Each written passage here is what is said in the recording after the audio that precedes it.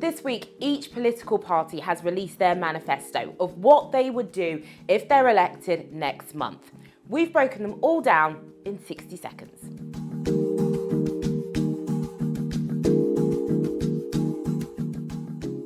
Rishi Sunak has pledged to halve migration. Our plan is clear.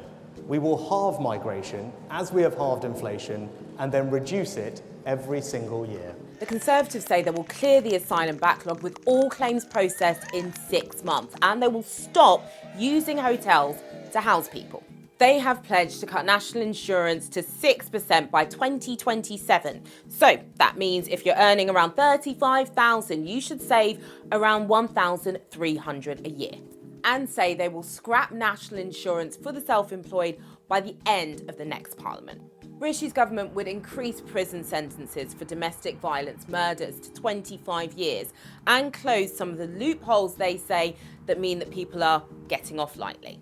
Finally, Rishi Sunak has cemented his plans to introduce national service to all 18-year-olds. So you may have to choose between a year-long military placement or 25 days of volunteering.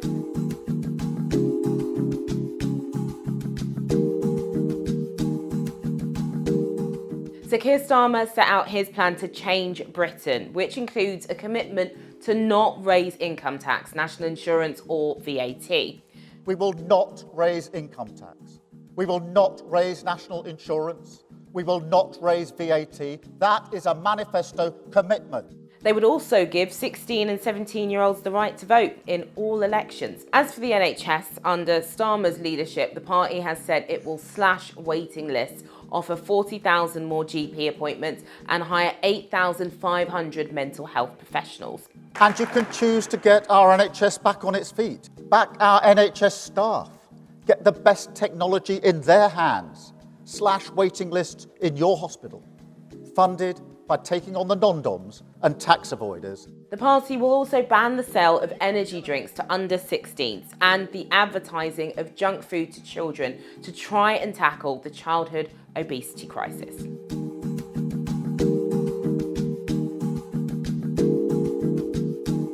Party leader Sir Ed Davey has put social care at the heart of his campaign. He said his manifesto is about saving the NHS. He's pledged to offer free personal care based on need and not ability to pay. They'll do this by spending billions on care and making sure that care workers get £2 above minimum wage and a £20 a week increase to carers' allowance. Well, the party leader is known for making a splash, so it's no surprise that one of his pledges is about sewage in our waterways. He said the party will end the scandal of raw sewage and will tax water companies even more and ban bosses from getting bonuses if they don't get leaks sorted out. The party has pledged to improve public health for children by having a mental health professional in each school and increasing free school meals to nearly 1 million children. Finally, the party said it would scrap the Conservatives' Rwanda scheme. Instead, they would have safe and legal routes for refugees.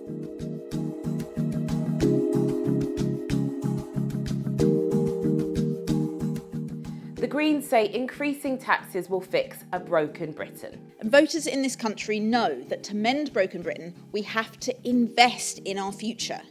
Greens have the courage to say that we would change the tax system to make it fairer and make this investment possible. Co-leaders Carla Denyer and Adrian Ramsey called for a wealth tax on the richest earners, raising the national insurance rate for people earning more than £50,000 and adjusting capital gains tax. What that would mean is that the Greens can invest £50 billion each year in health and social care and build 150,000 new social homes each year. On climate change, the party has pledged to put a carbon tax on fossil fuel imports and domestic extraction, helping to move to net zero before 2050. Water would also be brought back into public hands to reel in sewage dumps, with plans to nationalise railways and energy companies.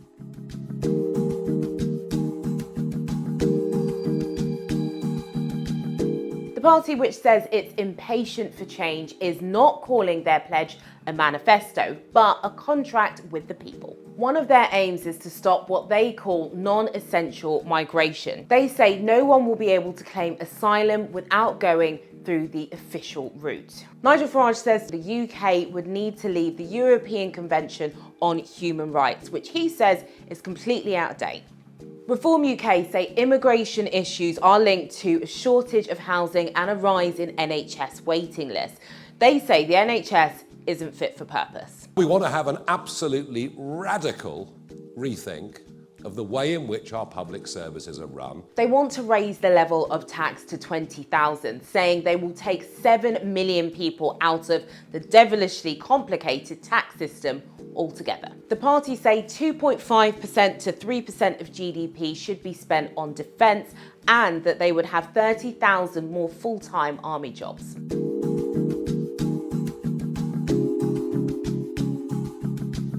Leader Reen ap Iorwerth says Wales needs fair funding from Westminster to invest in Wales's NHS workforce and recruit 500 GPs. Show you are serious about Wales and resolve the long-standing fair funding issues. But we can influence the change ahead of us. To help Welsh families, the party would increase child benefit by £20 each week, saying the move would take 60,000 children out of poverty, and they would scrap the 2-child benefit cap. Plaid Cymru on the side of a fairer future for all, especially our children. Ap Iorwerth also made a cast-iron commitment to global peace in Gaza and Ukraine, calling again for an immediate ceasefire in Gaza. I'm proud of our offer, but more importantly, I know our offer is in Wales's interests. The party has pledged to create a Welsh Green New Deal and reach net zero targets in Wales by 2035.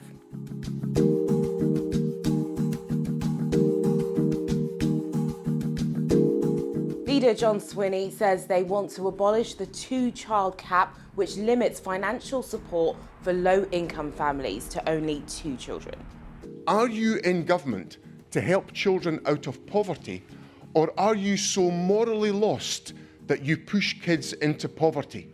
They've also called for a Gaza ceasefire, the release of hostages and ending arms sales to Israel. And of course, the SNP wants independence. In an independent Scotland, we could be back in the EU for the first time as an equal member in our own right. If they get it, they would reverse Brexit, rejoin the EU and create a bespoke migration system instead of the Rwanda scheme. So never let anyone tell you that independence is separate from people's daily lives and concerns. It is fundamental to their lives and their concerns.